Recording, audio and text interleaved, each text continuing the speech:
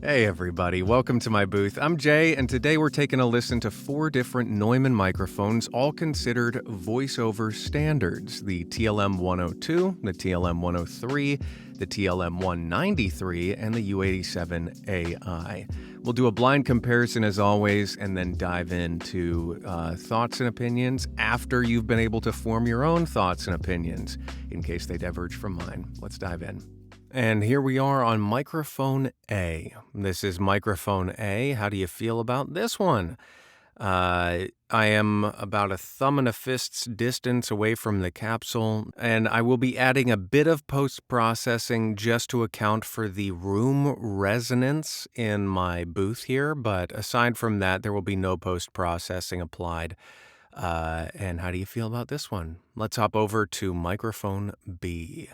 And here we are on microphone B. This is microphone B. Same distance away, thumb and fist, and no post-processing, save for a little bit of fixing on the room resonance here in my booth. And how do you feel about this one? And now that you've got a taste for it, let's hop over to microphone C. This is microphone B hopping to microphone C. And here we are on microphone C. This is microphone C. Same distance, thumb and fist, and no post-processing save for those pesky resonant frequencies here in my booth. How do you feel about this one? This is microphone C, and let's hop over to microphone D. And here we are on microphone D. This one is microphone D. And how do you feel about this one? Same distance away, same processing situation we got going on. How do you feel about this one? And let's circle back to microphone A, shall we? And here we are back on microphone A. This is again microphone A. Same distance away, again no post-processing. How do you feel about this one? And here we are back on microphone B. We're back on microphone B. How do you feel about the sound and tone of this one and the whole kit and caboodle? Let's hop back over to microphone C. And here we are back on microphone C. This is again microphone C. How do you feel about this guy? Same distance, no post-processing, the whole kit and caboodle. Let's hop over to D again. And here we are back on microphone D. Still cruising, and no bruising going on. Let's hop on back to microphone A and do this one last time. And one last time back on microphone A, and let's hit up that Winnie the Pooh sample that we know and love. One day when Christopher Robin and Winnie the Pooh and Piglet were all talking together, Christopher Robin finished the mouthful he was eating and said carelessly, "I saw a heffalump today, Piglet." And one last time, back on microphone B. One day when Christopher Robin and Winnie the Pooh and Piglet were all talking together, Christopher Robin finished the mouthful he was eating and said carelessly, "I saw a heffalump today, Piglet." And here we are back on microphone C. One day when Christopher Robin and Winnie the Pooh and Piglet were all talking together, Christopher Robin finished the mouthful he was eating and said carelessly, "I saw a heffalump today, Piglet." And for the final time, here we are on microphone D. One day when Christopher Robin and Winnie the Pooh and Piglet were all talking together, Christopher Robin finished the mouthful he was eating and said carelessly, "I saw a heffalump today, Piglet." Microphone A was the Neumann TLM 103. Microphone B was the U87 AI. And microphone C was the TLM 193. Microphone D was, of course, by process of elimination, the 102 of the TLM variety. Well, what'd you think? Were your expectations met? Were they subverted, exceeded? Were you surprised? Did you guess right? And of course, do you have a favorite among the mics here? I'd love to hear about your thoughts, opinions, and experiences down below. But for myself, the reason why this video is even here is, of course, obviously there's a fourth Neumann here in the studio, so why not make a comparison between them? But the reason why this mic is here at all to begin with is, frankly, a fair number of folks, many of you, I'm guessing, over the past several months have been reaching out to me saying, "You know what, Jay, if you use Neumanns in your studio, you should really take a peek at the TLM 193 or the TLM 170.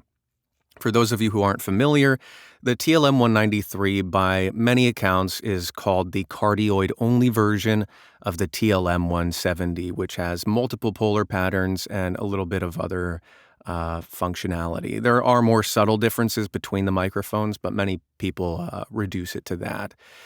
And so when I found this mic used for a pretty steep discount, I thought, why not? Let's give it a shot. And here we are.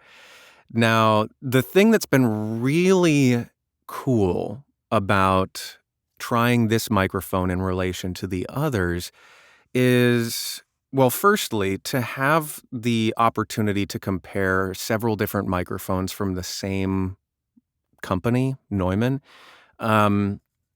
It eliminates a lot of different factors between microphones that you could reduce to brand sound.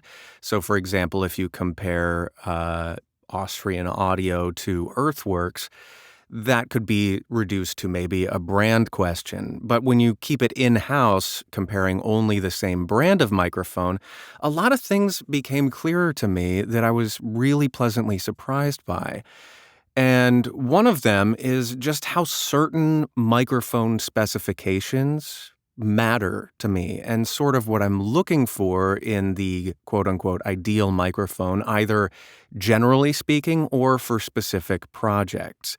So things like the sensitivity of a microphone, I'd always kind of understood that, but I never really understood why, practically speaking, sensitivity mattered to me in a couple of respects.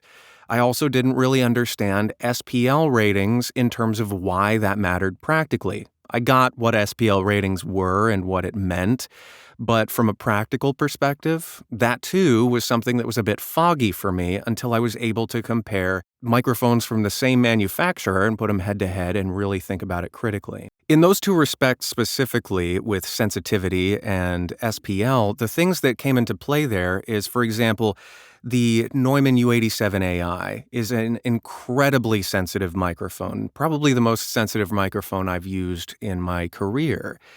And for performers, that's an incredible boon. Let me grab it here. It's an incredible boon to have such a sensitive microphone. And the reason why is when you're performing something, the thing that this affords with its sensitivity is it captures and allows for a lot of nuance in your performance, your emotional detail that you can get really subtle with.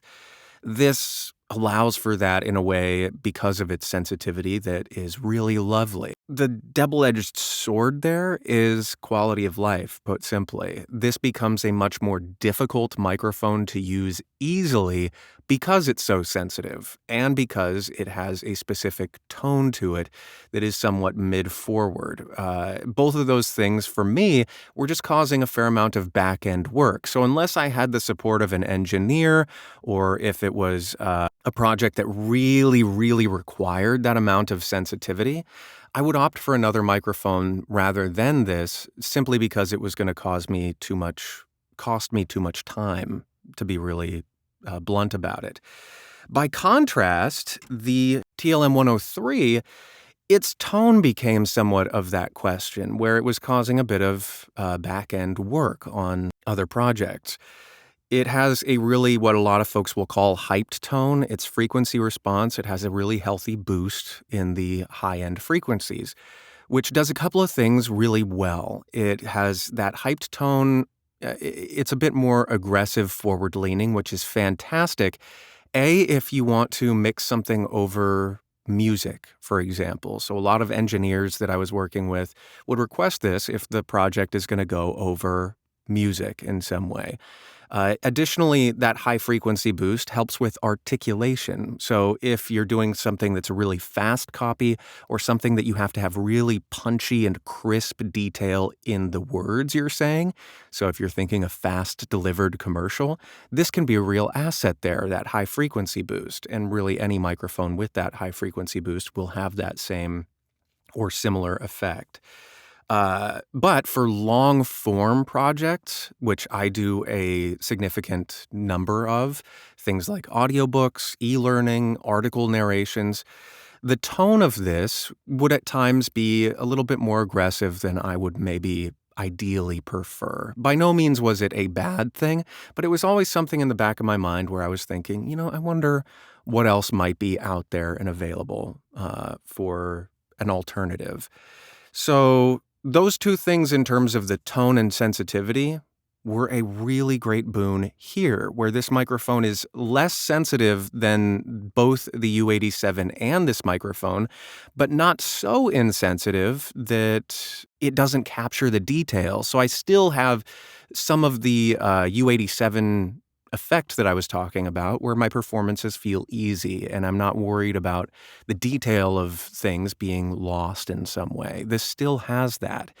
But it also balances that detail with a ease of use. This is a very easy to use microphone. It's reference class, meaning it doesn't really change anything. So I can get really specific about the stuff I'm changing, and I'm not trying to make adjustments on the back end to fix something that comes from the microphone in some way. Additionally, when I was talking about SPL, the reason where that came into play was when I would use the U87 for projects, its SPL is not super low necessarily, but it's lower than all three of these other Neumanns. And so if I was doing, say, an animation project or a video game project, a project that requires a lot of dynamic range, where I would get loud for a moment, then quiet for a moment, that too was becoming a quality of life concern or issue, where I'd have to really be mindful of my recording levels. I'd have to ride the gain on my interface, sometimes engage the pad on my interface or the microphone.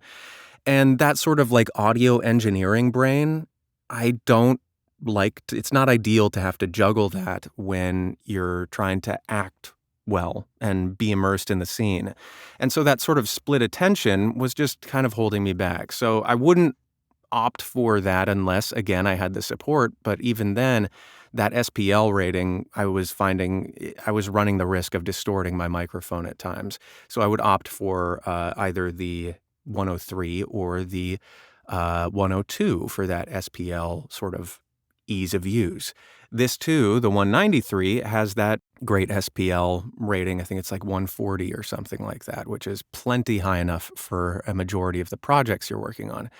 Anyway, all this is to say that all of these comparisons became really apparent to me in putting all these microphones head to head. Now, talking about this microphone specifically, I'm really digging it. Particularly for long form projects, it has a really healthy tone. It doesn't feel the U87. It has sort of a thinner lower end than at least the 103 and 102 does, and certainly the 193, at least to my ear. And the sort of healthy body that this still provides without that hyped boost. And all the detail, this just feels like the perfect balance between all of the pros and mitigating all of the cons between all the other Neumann microphones that I have here in my studio. And so all that to say, I think that this guy may just become the live-in microphone for the time being, because it's easy to use, it's a good balance of specs, and it sounds pretty darn good.